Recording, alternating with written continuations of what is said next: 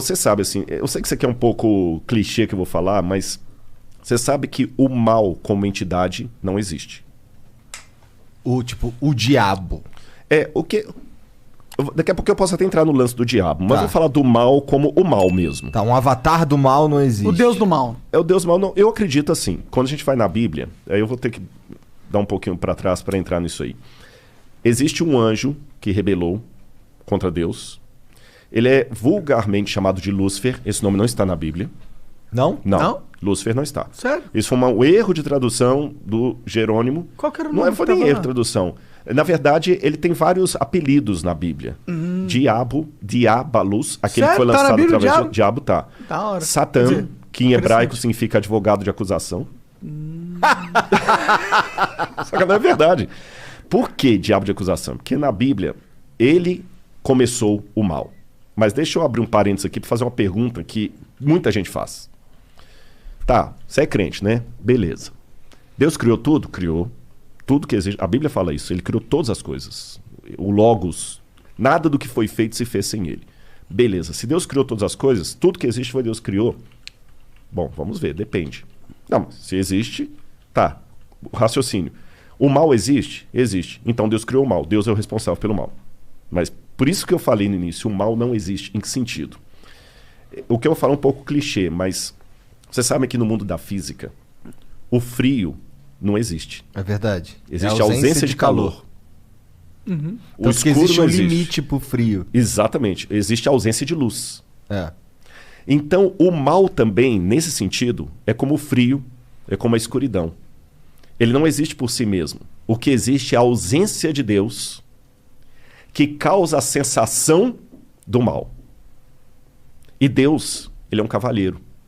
Eu sei que nem todos os teólogos concordam comigo. Tem uma teologia de Calvino, por exemplo, que acha que Deus escolheu. Se Deus escolheu você para ser salvo e ele para se ferrar, não tem o que fazer. Calvino pensava, grosso modo assim, sem querer ser panfletário, que Calvino era um brilhante teólogo, mas nem por isso eu vou concordar com tudo. Eu não penso como Calvino. Eu penso que Deus deu a liberdade. Você está entendendo? Mas mesmo assim, deixa eu raciocinar como se fosse um cara que não aceita a Bíblia.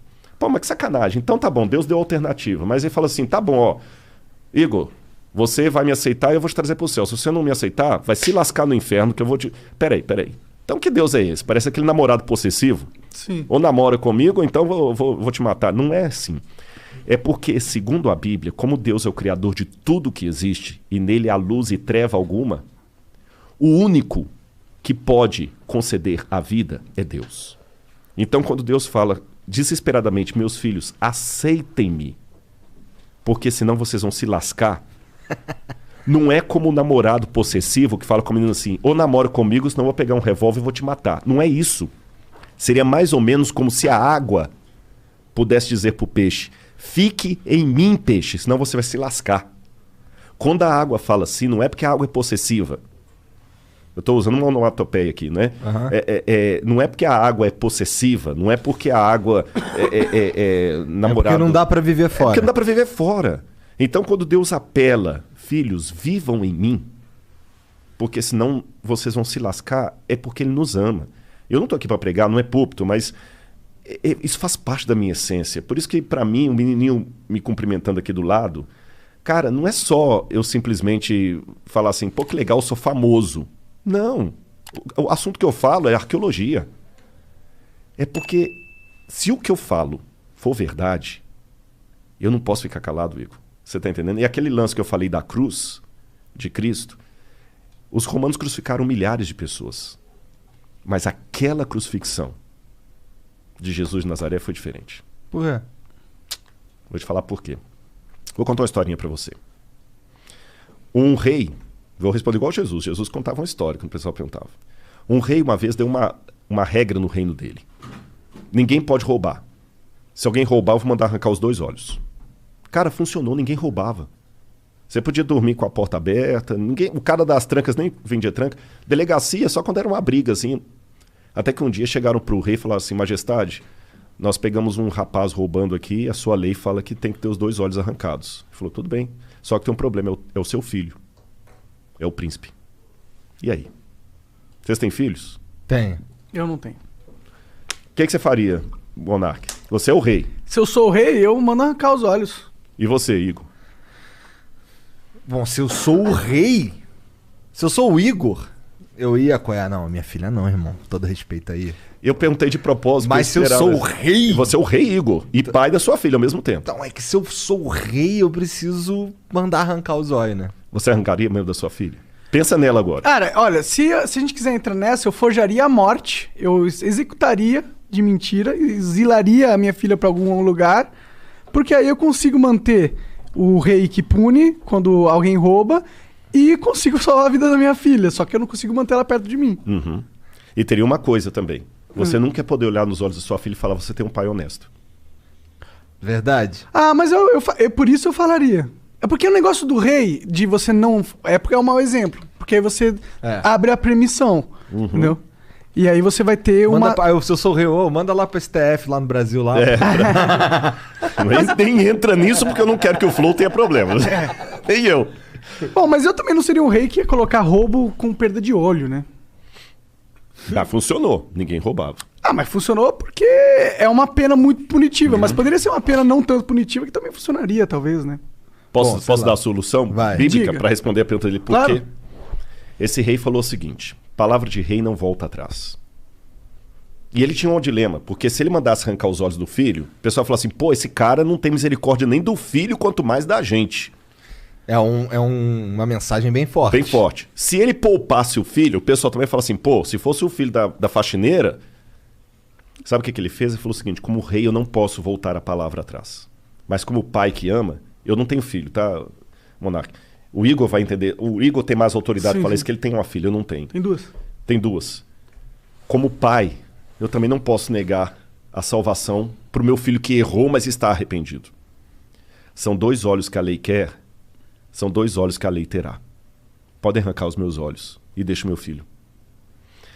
Quando o mal surgiu no universo, o mal existia... Tem um lance em filosofia que eu não quero... Vou tentar mastigar para ficar mais fácil. Vocês ouviram o Pondé aqui, com muito mais propriedade do que eu, que chama-se metafísica. Foi a matéria mais difícil que eu estudei em filosofia. Metafísica é a doutrina do ser. Tudo que existe primeiro em potência, depois em ato. Eu não tenho filho, nem o Monark. Nossos filhos existem em potência. As suas filhas existem em ato.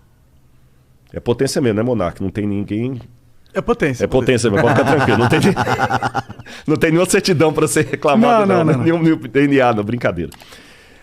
Então, os nossos filhos aqui existem em potência, porque eu posso ser pai, ele também pode. As suas não existem em potência, elas existem em ato, que elas já existem. A minha filha não tem como ser estuprada, como ganhar um prêmio, como passar no vestibular, como pagar um seguro de saúde para ela. As suas têm, para ganhar tanto coisas boas quanto ruins. O mal, como potência, passou a existir no universo a partir do momento em que Deus não obrigou nenhum filho a ser fiel a ele. Eu criei vocês e vocês estão livres. Só que sigam as minhas leis para que tudo dê certo. E aí, com a ruptura que houve no universo cósmica, a lei de Deus foi quebrada. E a punição era que o pecado passou agora de potência a ato. Ruptura cósmica? Ruptura cósmica. Porque o universo estava numa harmonia que foi quebrada. Você entendeu? Não era plano de Deus que criança e leucemia estivessem na mesma frase. Não era plano de Deus. Deus não queria isso. Deus não queria a pancada que você ganhou no seu carro hoje. Deus não queria isso. Mas aconteceu. Ele sabia que ia acontecer. Aí alguém fala, pô, sacanagem, se ele sabia, por que ele deixou? Aí que vem o Lúcifer, o vulgo Lúcifer, né? Que é Lutíferos, que é um nome que vem do latim, que não está na Bíblia, como eu falei. Mas vamos chamar de Lúcifer assim mesmo. Vem o Lúcifer, que faz toda a rebelião e tudo. E a sentença agora é a morte. Aí a segunda pessoa da divindade, que é Jesus, fala assim, tudo bem. São 2 olhos que a lei quer, a lei está exigindo a morte, eu vou morrer no lugar da humanidade. Então, na crença bíblica tradicional, o fato de Cristo morrer na cruz do Calvário, que não foi apenas um carinha que rebelou contra Roma, ele morreu a morte redentora. Por isso a gente chama de Cristo Redentor. Ele morreu no lugar do pecador. Ele que não era pecador morreu. Por isso que no Antigo Testamento sacrificava um cordeiro inocente para representar o Cristo.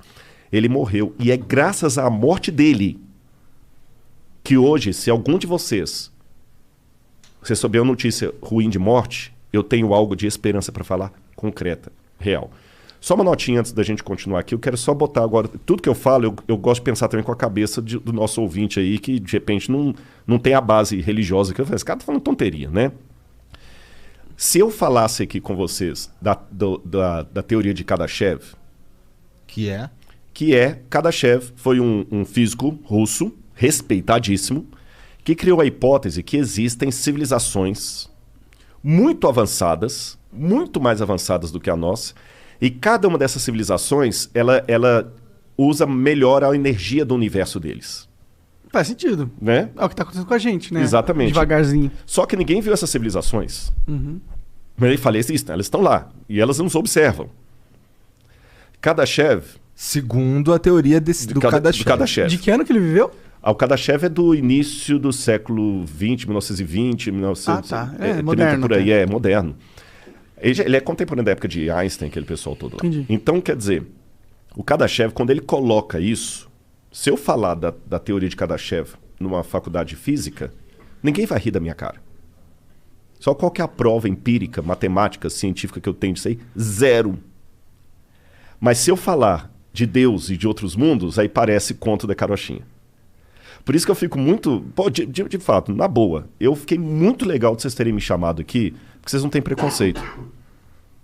Você entendeu? Não tem Mas não, dependendo do lugar que eu for, se eu falar da teoria de Kardashev, que é muito, muito louca, você entendeu? Ah, o pessoal, que legal, pá. Mas se eu falar de anjo, de céu, de plano superior, de potestades, aí, né, esse cara é biruta. Então, na verdade, o Kardashev está falando a mesma coisa da Bíblia, só que numa linguagem acadêmica que todo mundo aceita.